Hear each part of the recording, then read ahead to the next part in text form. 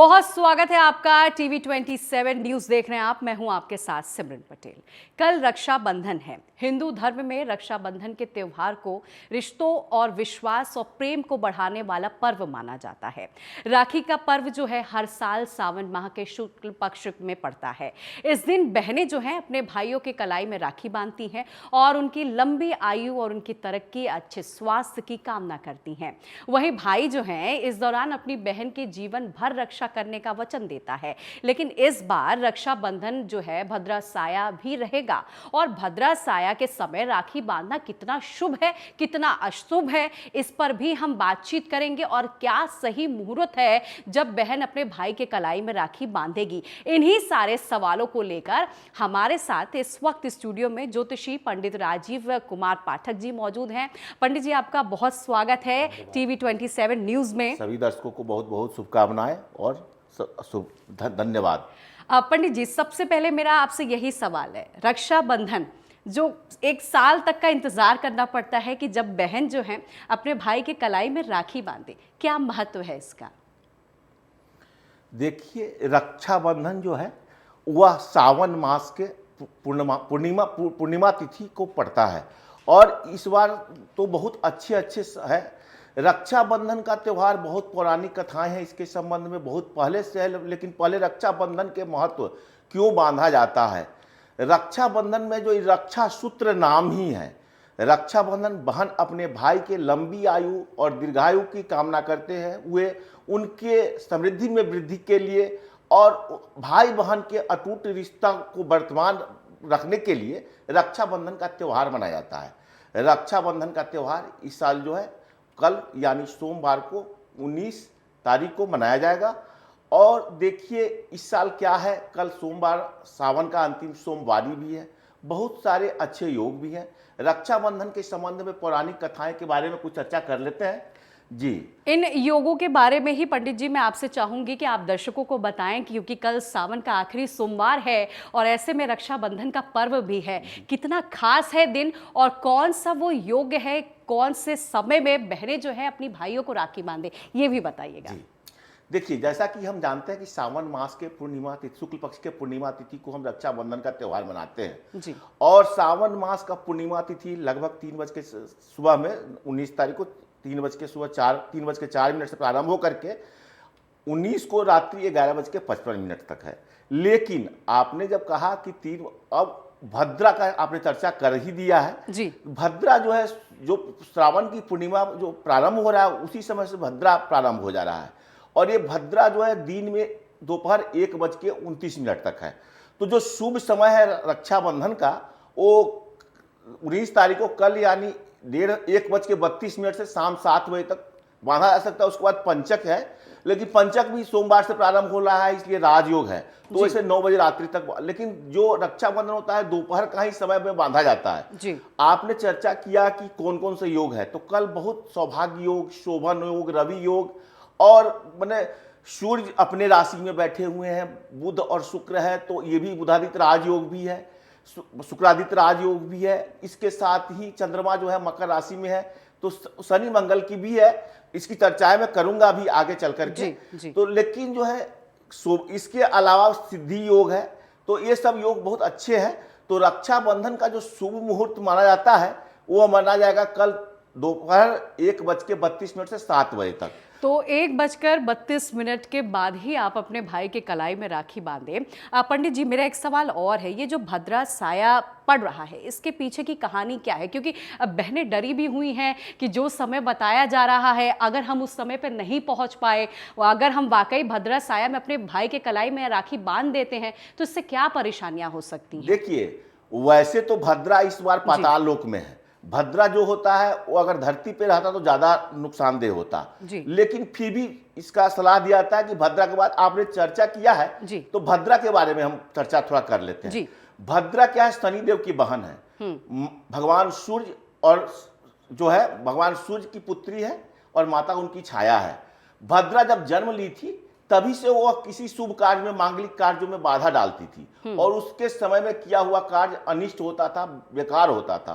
तो भगवान सूर्य ब्रह्मा जी के पास गए तो उन्होंने कहा कि भद्रा के बाद जो कार्य होगा वह सफल और शुभ होगा। और जहां तक रक्षाबंधन की बात है, भद्रा की बात है, तो भद्रा इस बार पाताल लोक में है। ये हम लोग, और इसकी पौराणिक कथाएं की जहां तक चर्चा किए हैं आपने, जी। तो पौराणिक कथाएं में ऐसा माना जाता है कि रावण सर्वशक्तिशाली, सर्व पंडित, बहुत ही विद्वान व्यक्ति थे और रावण की बहन शूर्पणखा ने उनको राखी जो है भद्रा में ही बांधी थी। तो यह माना जाता है कि उसी साल उनकी अंत भी हुई और उनके राजपाट, सोने के सिंहासन, सब कुछ नष्ट हो गया। तो इसलिए कहा गया है ज्योतिष में कि भद्रा काल में शुभ कार्य ना करें। भद्रा काल में शुभ कार्य करने से बाधाएं उत्पन्न होती है।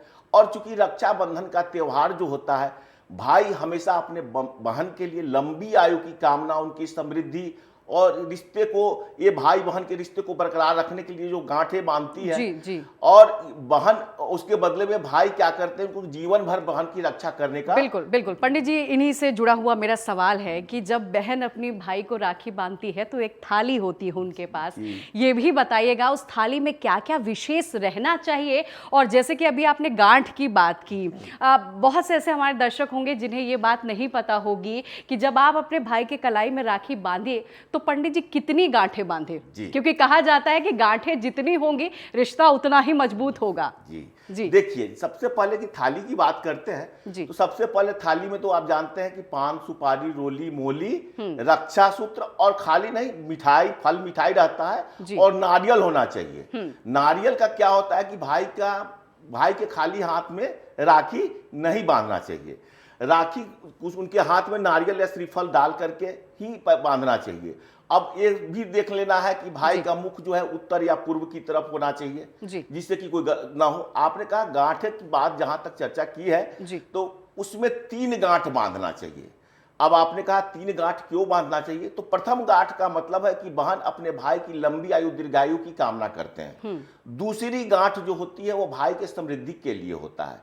और तीसरी गांठ जो होता है, यह हमारे भाई बहन के रिश्ते को बरकरार रहे, संबंध प्रिय रहे, इसके लिए बांधा जाता है। और वैसे भी माना जाता है कि 3 गांठ जो है भगवान ब्रह्मा, भगवान विष्णु, भगवान महेश का द्योतक है। तो यह कहते हुए, और मंत्र भी है इसका, वो अभी चर्चा करेंगे आप। बस मैं इसी पे आ रही थी पंडित जी, अगर जब 3 गांठ बांधे तो उस दौरान कोई मंत्र, जो बहन उस मंत्र को पढ़े जिसका उसका भाई जो है स्वस्थ रहे, लंबी आयु प्राप्त हो, इससे लेकर कोई मंत्र है क्या? हाँ, इसका कहानी भी है और मंत्र भी है। देखिए, सबसे पहले तो बहन जो है भाई के हाथ खाली हाथ ना बांधे, उसमें नारियल रखे तो बहुत अच्छा होता है। आपने पूछा कि कोई मंत्र है, और देखिए अंतिम सोमवारी भी है, और अंतिम सोमवारी तो भगवान भोलेनाथ की, और मंगल शनि का कुछ बन रहा है, थोड़ा सा योग दोनों का बन रहा है, जिससे कम से कम 21 बार पहले ओम नमः शिवाय का जाप करें, जिससे वह दोषों से निवृत्त हो। और रक्षा बंधन का जो मंत्र है, वो ये मंत्र यह है, एन बद्धो बलि राजा दान वेंद्रो महाबला तेन त्वाम अनुबदनामी या प्रतिबदनामी रक्षे माचला। फिर से इस मंत्र को मैं दोहरा देता हूं, एन बद्धो बलि राजा दानवेंद्रो महाबला तेन त्वाम अनुबदनामी रक्षे माचला। तो ये कहते, जिससे कि ये भाई कामना करती है कि बहन, और ये मंत्र का कारण है कि जब पहले सब शुरू में राजा बलि हुआ करते थे, भगवान विष्णु के परम भक्त थे, बहुत बड़े भक्त थे, इनके कहा जाता है कि उनसे बड़ा भक्त नहीं। तो भगवान विष्णु ने अपना वेश बदल करके, जो अवतार लेकर के उनके राजा बलि के पास पहुंचे और उनसे बोले कि हमें जो मांग, तो बलि उनको बोले, ब्राह्मण को यज्ञ किए थे, तो राजा बलि ने उनसे बोला कि आपको जो मांगना है मांग लो। तो उन्होंने 3 पग मांगा था कि 3 पग जमीन आप हमें दे दो। तो इसमें पहले पग में उन्होंने जमीन को, पूरे धरती को नाप लिया। दूसरे पग में उन्होंने पूरे आकाश को नाप लिया। अब राजा बलि समझ गए ये तो भगवान विष्णु ही हैं। तीसरे पग में उन्होंने अपना सर रख दिया। तो जब सर रख दिया तो उनका तीसरा पैर जो है उनके सर पे पड़ा, तो जिसके कारण वो भगवान विष्णु को लेकर के पाताल लोक में चले गए। उन्होंने बोला कि, इन्होंने विनती किया कि अब आप मेरे साथ पाताल लोक में चलो। तब पाताल लोक में भगवान विष्णु उनके साथ रहने लगे। माता लक्ष्मी परेशान हो गई, तो माता लक्ष्मी वेश बदल करके ब्राह्मणी के रूप में राजा बलि के पास गए और उन्होंने राजा बलि को रक्षाबंधन सूत्र जो होता है, रक्षाबंधन भाई बनाया, रक्षाबंधन बांधा। तो उसके बाद बलि से उन्होंने भगवान विष्णु को मांगा और उसके बाद बलि को देना पड़ा भाई के रूप में रक्षाबंधन, तो भगवान विष्णु उसके बाद आ गए। तो इसके पीछे की पौराणिक कहानी यही है, जिसके कारण से ये न बद्धो बलि राजा दानवेंद्रो महाबला तेन त्वाम अनुबधनामी रक्षे माचला माचला। इस मंत्र का बहने मंत्र का जाप करते हुए भाई को दाहिने हाथ में राखी बांध दे। और इसके संबंध में थोड़ी सी पौराणिक कथा है। रक्षाबंधन का महत्व ये कोई जरूरी नहीं कि रक्षाबंधन केवल बहन भाई को ही बांध, हमारी पौराणिक कथाएं हैं, भगवान कृष्ण से संबंधित इसके पीछे की कहानी है। भगवान कृष्ण जब महाभारत काल में जब शिशुपाल का वध कर रहे थे तो उनकी अंगुली से रक्त बहने लगा था, तब द्रौपदी जी ने अपने साड़ी के चुल्लू से उनका जो वह रक्त बंद किया, उसको बांध दिया। तो उसी समय भगवान कृष्ण ने उनको बहन माना, और इसके स्वरूप जब द्रौपदी जी की जब भरी सभा में साड़ी दुशासन खींच रहे थे, तो भगवान कृष्ण ने उनकी लाज बचाई थी, और अपने भाई बहन के उसी समय से उन दोनों का भाई बहन का रिश्ता हुआ था। तो यह कोई बहन और भाई का ही नहीं, यह एक पवित्र रिश्ता है। जो एक इसकी पौराणिक कथाएं हमारे पास और है, जो कर्णावती चित्तौड़ की विधवा रानी की जो थी कर्णावती, उनके ऊपर गुजरात का बहादुर शाह जो था वो आक्रमण कर दिया। तो उस आक्रमण से बचने के लिए कर्णावती जी ने हुमायूं जी को रक्षाबंधन का भेजा था, और हुमायूं जी ने उनको बहन बिल्कुल पंडित जी, आपने इसके पीछे की कहानी क्या है आपने वो भी समझाया। हमारे बहनें देख रही होंगी, वो भी समझ गई होंगी कि ये जरूरी नहीं है कि आप सिर्फ अपने भाई को ही राखी बांधे। आप जिससे उम्मीद करती हैं कि ये हमारी रक्षा करेंगे, आप उन्हें वो पर्व का धागा बांध सकती हैं। और पंडित जी, आपने ये भी बताया कि जब भी आप राखी बांधिए, आप खाली हाथ अपने भाई को राखी ना बांधिए, आप नारियल लीजिए, उसके बाद आप अपने भाई को राखी बांधिए। लेकिन पंडित जी, ऐसे में एक सवाल और है जो बेशक हर बहनों के अंदर होता है कि जब भाई को राखी बांधे तो क्या उस दौरान हम व्रत रखें, या फिर खाना भी अगर खा लिया तो राखी बांध सकते हैं? ये आप दूर करिए। नहीं, ये तो बहुत अच्छा है। देखिए, रक्षाबंधन एक पर्व की तरह है, और इसमें ये रखा है जब तक राखी नहीं बांधते हैं जी, तब तक बहन और भाई दोनों को उपवास रखना चाहिए। अच्छा, बहन और भाई दोनों को, खास करके बहने को तो रखना ही चाहिए। वो रक्षा का सूत्र बांधती है भाई की, और कोई भी व्रत किया जाता है तो कम से कम उपवास के साथ ही किया जाता है। तो ये कोशिश किया जाए कि जब तक राखी नहीं बांधते हैं, और राखी बांधने के बाद भाई को मिठाई खिलाते हैं, सब कुछ करते हैं, उसके बदले में भाई उनको उपहार देते हैं, आशीर्वाद देते हैं। अगर भाई बड़ा है तो बहन को आशीर्वाद देते हैं, बहन बड़ी है तो वो आशीर्वाद देते हैं। तो लेकिन यह आपका क्वेश्चन है, तो यह हमारे पुरानी परंपरा से चलता हुआ आ रहा है कि जब तक रक्षाबंधन ना करे तब तक आप उपवास रखें। ठीक है, उपवास रखें, आपने पंडित जी ने कहा। और ये जो बहनों के अंदर मन में चलता है, ये मुझे लगता है अब ये दूर हो गया होगा कि आप उपवास रखें, और ना सिर्फ बहनें, भाई भी उपवास रखें अपनी बहन के लिए। लेकिन पंडित जी, अभी आपने बताया कि बहनों को क्या क्या करना चाहिए, लेकिन इस दौरान भाइयों को क्या करना चाहिए? क्या ऐसा है कि कोई विशेष रंग का भाई को कपड़ा पहनना चाहिए? क्योंकि बहुत बार लोग सोचते हैं कि इस कलर का कपड़ा पहने ये शुभ होगा, इसे लेकर कोई कहानी है क्या? देखिए, कपड़ा के लिए हाँ कहानी तो नहीं, लेकिन इस दिन चूंकि सोमवारी भी है, भगवान भोले शंकर की माता पार्वती की पूजा भी की जाएगी अंतिम सोमवारी के रूप में जी। और दूसरा चीज की कुछ का निषेध रखा जाए, जैसे काला वस्त्र तंत्र क्रियाओं के लिए प्रयोग किया जाता है जी। काला वस्त्र ना पहने, काला वस्त्र और नीला वस्त्र राहु केतु का भी प्रतीक है, तो ये माना जाता है इन लोग के लिए अच्छा नहीं है। तो काला और नीला वस्त्र का त्याग ना पहले, परित्याग करना चाहिए। इसके अलावा लाल, गुलाबी, हरा तो सावन का प्रिय रंग है, आप भी जानते हैं।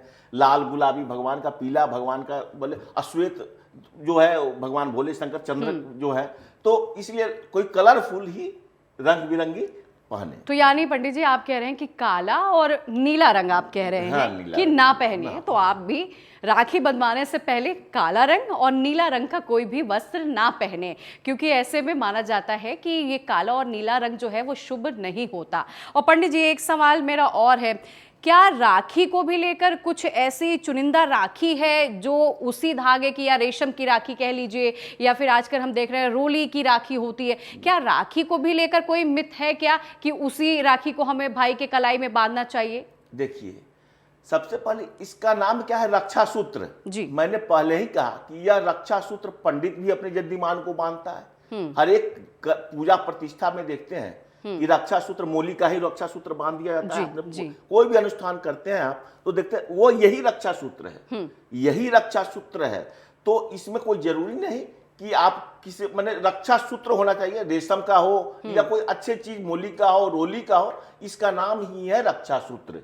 तो रक्षा सूत्र आप बने जो है करके मोली का भी बांध सकते हैं। खास करके राखी का कलर थोड़ा सा जो है रंग बिरंगी होना चाहिए, हरा, गुलाबी, लाल होना चाहिए। जैसे कि आपने अभी बताया कि वस्त्र जो है वो भी काला या नीला आप वस्त्र ना पहने, वैसे राखी भी जो है रंग बिरंगी होनी चाहिए, क्योंकि जैसे कहा भी जाता है जितने ही रंग आपके जीवन में होंगे खुशियां उतने ही आपके अंदर होंगी। पंडित जी, एक सवाल मेरा और है कि जैसे आपने बताया कि बहनें जो है राखी बांधने से पहले उपवास रखें, अपने थाली में जो जो चीजें आपने बताई है, आपने फूल, रोली और ये सारी चीजें बताई ये रखें, चंदन भी जी, और स्वास्तिक बना करके उसमें स्वास्तिक जरूर बनाएं। अब ऐसे में पंडित जी, ये हुई बहनों की बात, अब थोड़ा भाइयों की भी बात कर लेते हैं, क्योंकि उनके भी मन में होता है कि वो क्या करें जिससे उनकी बहन के चेहरे पर भी खुशी आए। क्या भाइयों को इस दौरान क्या कुछ करना चाहिए? क्या जो वो भेंट देते हैं, जो उपहार देते हैं, उसमें भी कुछ ऐसी चीजें हैं जो भाइयों को शामिल करनी चाहिए? इसे लेकर क्या कहेंगे पंडित जी? हाँ, देखिए, सबसे पहले तो जब बहन रक्षाबंधन करती तो खाली हाथ भाई का नहीं होना चाहिए। उसमें नारियल होता है तो बहुत अच्छा माना जाता है। नारियल पानी वाला, सूखा नारियल नहीं। अगर भाई भाभी है तो भाई के में नारियल और भाभी को वो दूसरा दे सकते हैं, लेकिन भाई के हाथ में एक बात ध्यान रखिए, नारियल जो हो वो पानी वाला होना चाहिए, तो वो ज्यादा हरा भरा होता है। भाई तो जीवन भर जब आशीर्वाद होता है, जब भाई जो है जीवन भर बहनों की रक्षा करने का वचन देता है, सबसे बड़ा उपहार तो यही है। सबसे बड़ा उपहार तो यही है। लेकिन कुछ लोग नकद भी देते हैं, कुछ लोग उपहार स्वरूप कपड़ा देते हैं, आभूषण देते हैं, जो याद की चीज बहनें भी समझे। तो खाली हाथ बहनों को भी नहीं छोड़ना चाहिए। या तो उपहार स्वरूप कुछ रकम दे दीजिए, 11, 21, 51, 100 अपने सामर्थ्यानुसार, या कोई कपड़ा दे दीजिए या गिफ्ट दे दीजिए। लेकिन प्लास्टिक का वस्तु का निषेध करना चाहिए। शीशा के वस्तु का उपहार, प्लास्टिक का वस्तु का उपहार, लोहे के वस्तु का उपहार, क्योंकि इस सबसे कहीं ना कहीं हमारे शनि ग्रह और राहु केतु प्रभावित होते हैं। यानी कांच, प्लास्टिक का बना हुआ कोई भी चीज जो है आप उपहार अपनी बहनों को ना दें। आप कोई वस्त्र दे दे, आभूषण दे दे, सोने चांदी का आभूषण दे दे, नकद दे दे, जो कि बहन ही तो है, तो इसलिए ये चीज दे। कुछ चीजों का निषेध करें। और एक चीज और, जब आपने कहा कि चाहे बहन हो या भाई हो, रक्षाबंधन का बहुत पवित्र त्योहार है। इसमें एक चीज ये है कि कुछ चीजों से निषेध करना चाहिए। पूर्णिमा का तिथि है, भगवान भोले शंकर की अंतिम सोमवारी उनके लिए प्रिय होता है। इस दिन रुद्राभिषेक करना सबसे अधिक फलदायी है। और इस दिन 3-4 चीजों से घर में वर्जित करना चाहिए। लहसुन प्याज का सेवन नहीं करना चाहिए, मांस मदिरा का प्रयोग नहीं करना चाहिए, काले वस्त्र का प्रयोग नहीं करना चाहिए। इस दिन दाढ़ी, नाखून इत्यादि चीज का मैंने कटिंग उससे सबसे बचना चाहिए। किसी का अपमान नहीं करना चाहिए, खास करके बहन और कोई भी लेडीज हो, क्योंकि उनका प्रॉपर सम्मान करना चाहिए जो भी है। जी, तो यानी आप इन सब चीज़ों का बहुत ही ध्यान रखिए रक्षाबंधन के दिन। वैसे तो भोलेनाथ के सावन का आखिरी सोमवार है, तो ऐसे में महादेव का जो आशीर्वाद है वो भी बहन और भाइयों के ऊपर बना रहेगा। और पंडित जी ने भी बताया कि इस दौरान जो है मदिरा का सेवन ना करिए, और अगर भाई अपनी बहन को कोई उपहार दे रहा है तो उसमें प्लास्टिक, कांच जैसी चीज़ें जो हैं वो शामिल नहीं होनी चाहिए। लेकिन पंडित जी, ऐसे में एक सवाल और बहनों के मन में होता है। भद्रा साया है जिसके बारे में आपने उसकी पूरी पीछे की कहानी बता दी, लेकिन बहुत ऐसी बहनें होती हैं कि उनका कई बार इस तरह का सवाल आया है कि जो शुभ मुहूर्त है, जो समय निर्धारित किया गया है, अगर हम उस समय नहीं पहुंच पाते तब क्या करें? तब अब समय तो आपके पास, देखिए, राखी तो मेन दोपहर के समय में ही बांधा जाता है ज्यादातर, और वैसे भी 1:32 29 मिनट तक भद्रा का साया रहेगा। हालांकि मैं बार बार कह रहा हूं, भद्रा इस बार पाताल लोक में है तो उसका ज्यादा असर नहीं है, लेकिन हम भद्रा के साया से बचने के लिए सलाह देते हैं कि आप उसके बाद राखी बांधे। नहीं तो कोई ऐसा उपाय जो उस उपाय को करते हुए बहन अपने भाई को राखी बांध सके, ताकि उनके मन में ये शंका भी ना हो कि हम अब उस मुहूर्त में नहीं बांध रहे, हमारे भाई को कुछ ना हो। इससे लेकर सुबह से नहीं पहुंचा, दोपहर तो 1:32 का है, अब 7 बजे तक पंचक है जी, तो 7 बजे तक पंचक है, तो 7 बजे तक पंचक नहीं, 7 बजे से पंचक स्टार्ट हो जा रहा है। लेकिन पंचक सोमवार को स्टार्ट हो रहा है, इसलिए राजयोग के राज पंचक के नाम से जाना जाएगा। ये भी नुकसानदेह नहीं, तो रात्रि को 9 बजे तक बांध दे। 9 बजे तक बांधने का उत्तम समय है। 1:32 से 9 बजे तक, मान के चलिए रात्रि 9 बजे तक आप राखी बांध सकते हैं। इसमें कोई विघ्न नहीं होने की संभावना जो है चांसेज है। और विघ्न वैसे तो भगवान के हाथ में है, भगवान का नाम लेके, या ध्यान रखिए आपने कहा मंत्र, इन सब से बचने के लिए 21 बार ओम नमः शिवाय का जाप करें राखी बांधने से पहले जी। ओम नमः शिवाय का 21 बार, सबसे अच्छा पंचाक्षर मंत्र है, शक्तिशाली मंत्र है। 21 बार ओम नमः शिवाय का जाप करें और इस मंत्र का कहते हुए भाई को रक्षाबंधन करेंगे। एन बद्धो बलि राजा दानवेंद्रो महाबला तेन त्वाम अनुबधनामी रक्षे माचला माचला।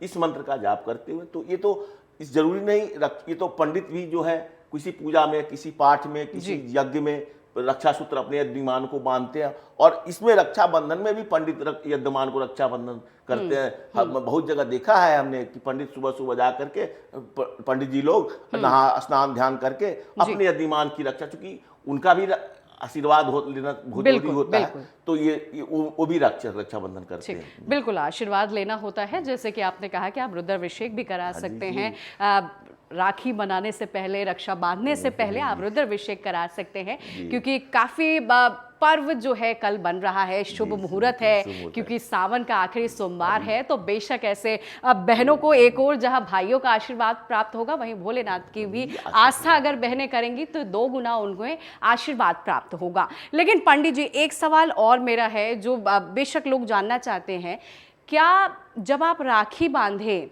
और जिस तरह से आपने बताया कि जो शुभ मुहूर्त है, क्या राशियों पर भी कुछ प्रभाव पड़ता है क्या? जी, राशि पर प्रभाव पड़ता है जी। अब देखिए कुछ, अब जब राशियों पर प्रभाव की बात करते हैं तो जैसे शनि की ही मान ले, वैसे तो शस्य योग भी बना रहे हैं शनि, कुंभ राशि में विराजमान है, शस्य योग बना रहे हैं। और एक बात और जान ले कि शनि की 7.5 आप नाम सुना होगा आपने, 3 राशियों पे चल रहा है अभी, मकर, कुंभ और मीन राशि पे चल रहा है, और ढैया 2 राशियों पे चल रहा है, कर्क और वृश्चिक राशि पे चल रहा है। तो इन लोगों को क्या है कि शनि की परेशानी से मुक्ति जानते हैं, शनि से सब लोग डरते हैं, शनि की दृष्टि से सब लोग बचना चाहते हैं। तो जो शनि से बचना चाहते हैं, शनि की दृष्टि से, शनि के पाप से, तो कल सोमवारी है तो भगवान भोले शंकर पे जल बेलपत्र के साथ तिल भी चढ़ाते हैं, तो उनको जो है इनसे राहत मिलेगी। और रुद्राभिषेक करवाने से जो मैंने चर्चा किया, जितने भी कष्ट है, जिन लोगों को कोई परेशानी है, और देखिए आप राशि फल तो दैनिक सब लोग जानते हैं क्या होता है कि हम ये जो राशि फल देखते हैं, वो राशि फल देखते हैं जो हमारी लग्न कुंडली होती है, उसमें चंद्रमा जिस ग्रह में विराजमान होते हैं वो मेरी राशि होते हैं। अगर वो पता नहीं है तो आपकी नाम की राशि देखे या अन्य राशि देखे, लेकिन मुख्यतः राशि वहां से देखे। और गोचर होता है जो हमारी लग्न कुंडली होती है, और अभी जो ग्रह का विचरण होता है वो अलग अलग होता है, उसका प्रभाव अलग अलग होता है। और राशि फल जो होता है अभी गोचर के हिसाब से बनाया जाता है। एक राशि में बहुत सारे लोग होते हैं, तो सभी लोगों की कुंडली अलग अलग होती है। तो सब लोग, बचाव की जहां तक बात है, तो जिन लोगों के ऊपर शनि की ढैया है, शनि की 7.5 है, वो लोग भगवान भोले शंकर की कल पूजा करें, तिल और रुद्राभिषेक करवाएं, और घर में सुख शांति, कोई भी कार्य रुका हुआ है तो ऐसा माना जाता है कि भोले भगवान जो है सब माने बहुत दानी है, अवघड़ दानी है, वो सब कुछ देने वाले हैं। बिल्कुल जी। तो वो सब कुछ देने वाले हैं, और यही वजह है कि वो देवों के देव महादेव हैं। और कहा भी जाता है कि भोलेनाथ को प्रसन्न करने के लिए एक बेलपत्र ही काफी है। लेकिन पंडित जी, जैसे कि आप राशियों के बारे में बता रहे थे, तो कुछ ऐसी राशियों का भी जिक्र करिएगा कि जिन राशियों पर कल अच्छा प्रभाव पड़ने वाला है, उन राशियों के बारे में भी बताइए, ताकि जो बहनें या दर्शक देख रहे हों उनकी खुशी जो है चौगुनी हो जाए। देखिए, वैसे तो सब राशि को मैंने अभी चर्चा किया है, थोड़ा बहुत असर एक राशि पे बहुत सारे लोग होते हैं, सबकी कुंडली अलग अलग होती है सबको, लेकिन साधारणतः ये माना जाता है सब राशि वालों को फायदा मिलेगा। लेकिन 2-3 राशि वाले जब आपने चर्चा कर दी है, तो मैंने देखा है कि 3 राशि वाले ऐसे हैं जिनको थोड़ा सा विशेष फायदा मिलेगा। आप विशेष की बात की है, वैसे सबको ऊपर नीचे सबको थोड़ा बहुत। वो राशियां कौन कौन सी है पंडित जी? जो आपने बात की है, तो वो पहली राशि है मेष राशि। मेष राशि वाले को भी थोड़ा सा अच्छा, ये रक्षाबंधन जो है उनके साथ अच्छा होने की संभावना है। दूसरी राशि जो है वह है कर्क।